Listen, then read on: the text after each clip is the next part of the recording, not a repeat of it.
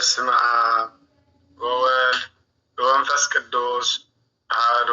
አምላክ አሜን አሜን። እግዚአብሔር አምላክና አሰለስነቱ ረብዓይ አሐድነቱ ኻልኣይ ዘይብሉ ልዑለ ባህሪ እግዚአብሔር አምላክና አልፋን ኦሜጋን ዳሕራዋይን ቀዳማይን ዘሎን ዝነብርን ኩሉ ብኡ ዝተፈጥረ ካብቲ ዝተፈጥረ ድማ ብዘይብኡ ዝኾነ ዘየልዎ ልዑለ ባህሪ እግዚአብሔር አምላክና ባና ብድኹማን ደቁ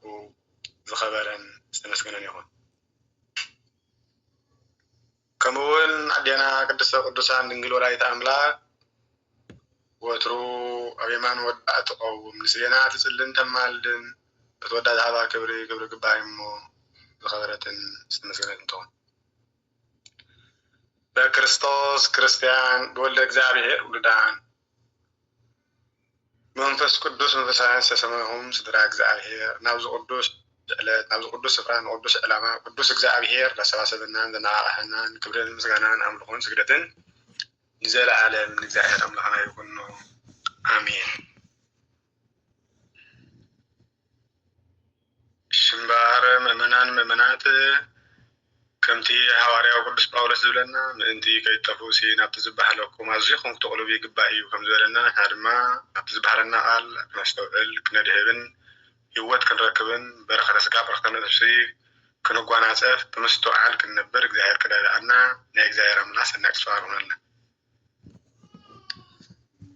እሺ እምበኣር ምእመናን ምእመናት እንመሃሮ ዘለና ስለ ስነ ፍጥረት እዩ። ስለ ስነ ፍጥረት እዩ ኣፈጣጥራ ናይዛ ዓለም እዚኣ ከመይ ገይሩ እግዚአብሔር ነዛ ዓለም እዚኣ ከም ዝፈጠራ እንሆ ድማ ንርዳእሉን ጥራይ ንርድኡ ዘይኮነ ድማ እንሆ ክርስቲያናዊ ስነ ፍጥረት ምስጢርነቱ ምሳሌነቱ ትርጉምነቱ ከመይ ገይሩ እግዚአብሔር ከም ዝፈጠሮ እንሆ ኣቦታትና ብስነ ፍጥረት ሃይማኖቶም ፈሊጦም እዮም። ብስነ ፍጥረት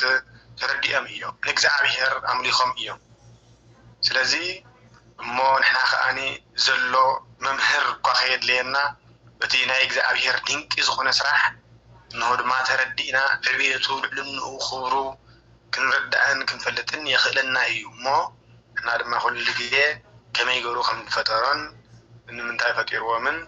ምስጢርነቱን ንንእሽተይ እንዳርኣና ክንከይድ ኢና ከም ናይ እግዚአብሔር ቅዱስ ፍቃድ ማለት እዩ። እሺ እቶም ሓሊፍና ዘሎ ሓደስቲ ንኣቱ ዘለና ስነ ፍጥረት እንተኮይኑ ክልተ ግዜ ሓሊፍና ኣሎ ተመሊስካ ምስማዕ የድሊ ነገር ድሕነ ዝበሃል ትምህርቲ እውን ኣለና ንሱ ከኣኒ እንሆ ድማኒ ክልተ ሓሊፍኩም ኣሎ ከይድኩም ተኸታተሉ ሪከርድ ስምዑ ማለት ሪከርድ ተቐሚጡሎ ዘሎ ብሓፈሹ ግዜ እንተልኩም ከኣኒ ነገረ ሃይማኖቱን ቀዲምና ተማሂርና ስለ ዘለና ብዙሕ ትምህርታት ኣሎ ናይ ስርዓተ ቤተክርስትያን ዝብል ካልኦት ካልኦት ዝብል ብዙሓት ኣሎ ብዚ ማሕበር ግዜ ዘለኩም ንክትሰምዑ እናሰራሕኩም ዲኩም ዝተፈላለዩ ሪከርድ ክሰምዑ ደልዩ ነገራት ንኣሕዋትና ብውሽጢ ሓቲትኩም ረኸብዎ እንድሕር ዘይትረኽቦ ኮንኩም ንዕኦም ስለ ዝናበልዎም ክሰድልኩም እዮም ማለት እዚ መልእኽትና ማለት ስለዚ ዝያዳ ካብ መሰረቱ እንዳሓስካ ክትመፅእ ከለካ ዓብይ ክኸውን ስለ ዝኽእል ኢና ኢንፎርሜሽን ንመሓልፎ ዘለና ማለት ሓበሬታ ነዚ ማለት እሺ ከም ፍቃድ እግዚአብሔር ኣምላኽና 22 ፍጥረታት ፈጢሩ ኣብ 6 መዓልቲ 22 ፍጥረታት ፈጢሩ እግዚአብሔር ክፈጥር እንከሎ ብሃልዮ ብነቢብ ብገቢር ብስቕ ብምባል ብምዝራብ ብኢዱ ብምስራሕ እና ዓለማት ፈጠረ። እግዚአብሔር ክፈጥር እንከሎ 20 ዓለማት ፈጠረ። ስለዚ 20 ዓለማት ፈጠረ 22 ፍጥረታት ድማ ፈጠረ። እግዚአብሔር ዝፈጠሮ ብዙሕ እኳ እንተኾነ ግን ሓደ ንሓደ ኢልካ ማለት በቲ ዝኸድዎ ንናቶም ካብቲ ብዙሕ ብውሕድ ኣሲሮም ሊቃውንቲ ኣቦታትና ናብ 22 እዩ ማለት እምበር ናይ እግዚአብሔር ፍጥረት ቁፅርን ስፍርን የብሉን ማለት እዩ። እሺ እንደገና እግዚአብሔር ኣምላኽና ክፈጥር እንከሎ ብዕለተ ሰንበት ምፍጣር ጀሚሩ።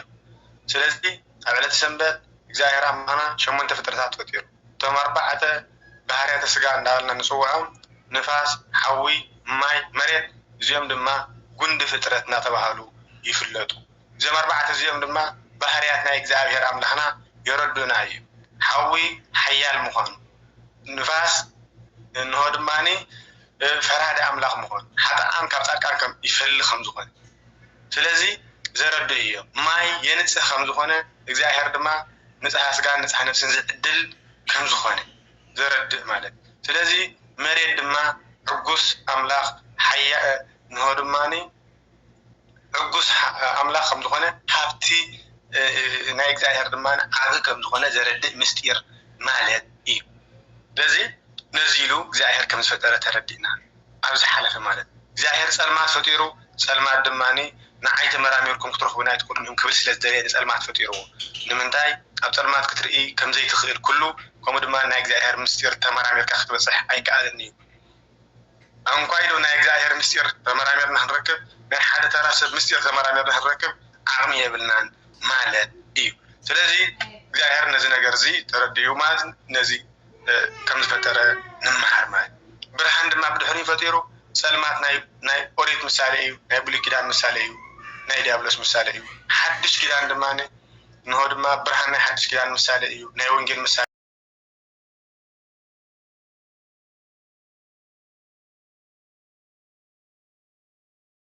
زي نمنتاي برهان يكون يلو خد بمزراب كن منتاي فتيرو نحن حدثنا مغنياتو بسمعو ملأخت سلازلو يبل مالت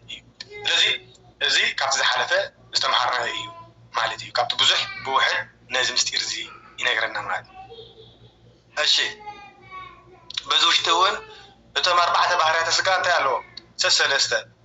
نحاول نحروسيدنا موقوتو برهانو نا لي خيل مالتي ناي نفاسونكم سلسلسته لهم جن هذا نفاس داعي بهالمبر سلسل نفاس عي بهال هذا حو داعي بهالمبر سلسل حو عي بهال هذا ما إذا بهالمبر سلسل ما يعتاي بهال سلازي إذا خانا حدنتو سلسلنتو نايك زعبير مستير النازر الدين مخانوها ينقرنا مالت إيه سلازي إذا خمسو خانا كنردا أبيتو لأنه خرد أنا سيدري مخانو مردا إيد اللي مالتي الشعب زحلفون نمنتاي دا أبناء شنب شوعة فترات كم زبرو زول نبرة ترقامي زي فترات ملاك حادة زول نحت ملكتنا شوعة تيب لنا شوعة تخولن كلهم ني برهان أب حوي تخولن سلاز نبرة دبو سلاز نبرة تدبو سلاز نبرة بزي مغنيات شوعة تيلم دي كاونتي يقصروا إلنا مالت أوريد فترة ترقامي عندنا خاني شوعة تيلم قصرون كلهم اللي كاونت مالتي أب إلا تسولس كأربعة تيلم يوصفوا مالتي سلازي تأقوى أسرع مالتي زيروم جن بخلت وجن يقصروا مالتي أكسماروس كأني ويكاني أبونا إبانس كان تايو إسرائيل كتبترات كم دلوا ويكاني كان سنفتات متحفتي إسرائيل كتبترات قالوا يلهم إلا تسمى شو تهم تفطرين نقولوا إذا مالت كان تاي مالتي أكسماروس يقولنا نزي أقام يطول مالت أكسماروس متحف كنا الملكة مالت سلازي شو أنت فترات بعد تسمى تفكيره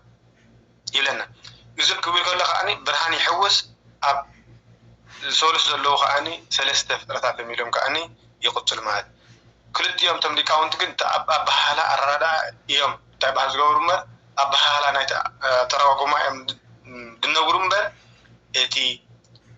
فترته إسرائيل كلتاني يوم دغوروا مالت تأب حالا نايكود نايكولم كن أجورو مالي تبتي قطر قلت يا خان تسمع عز خيد دامبر زقاج خمسة يكون مردا أقدر سنة الله مالت إيه كله دوسة خالد نعمت عندم دالكا توصل بزح تخليها سلام تاي منياتو أبز نعمت ناي وانجل تقامي كله كم مسحات تقامي كله ناي هيلي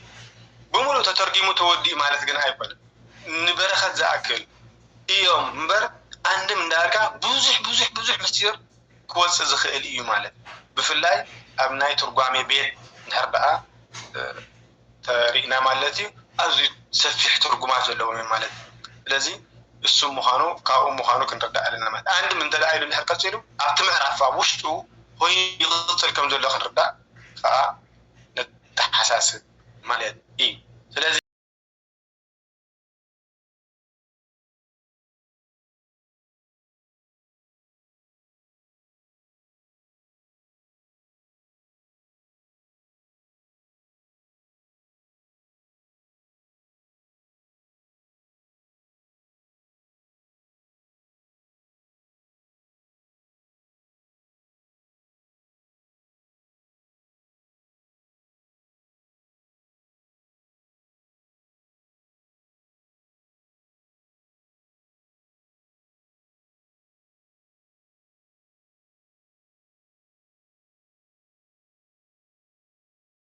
نزارب زلنا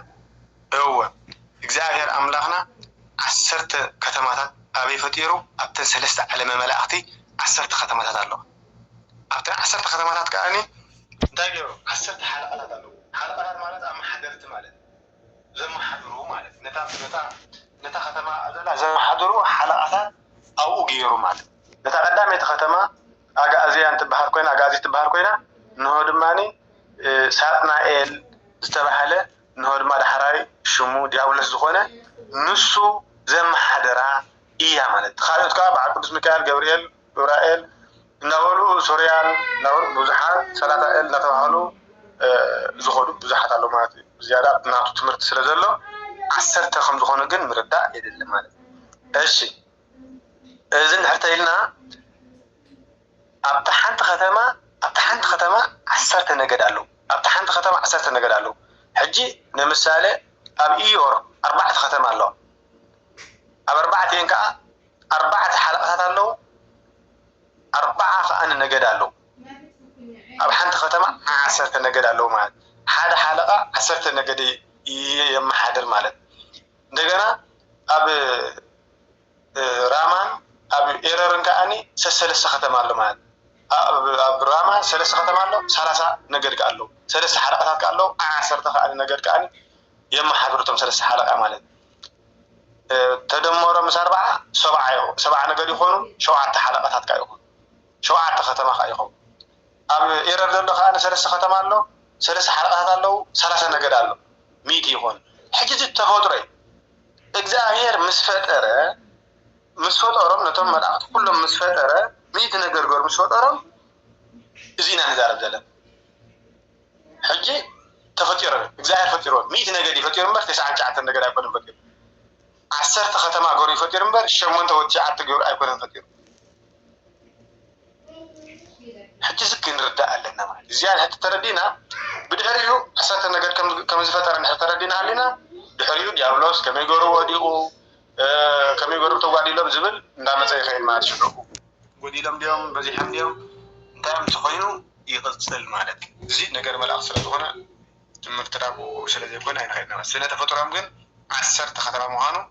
ምርዳእ የድሊ ማለት እዩ እሺ ዛሬ ምስ ኩላና ካልእ ሎማዓንቲ ከዓኒ እግዚአብሔር እንታይ ይብለና ሰማይን ምድርን ፈጢሩ ኢልና ግናኸ እታ ምድሪ ካብዚ ንርኢ ዘለና እያ ምድሪ ክሳዕ ሰማይ ድማ እንታይ ነይሩ ማለት እዩ ማይ መሊኡ ነበረ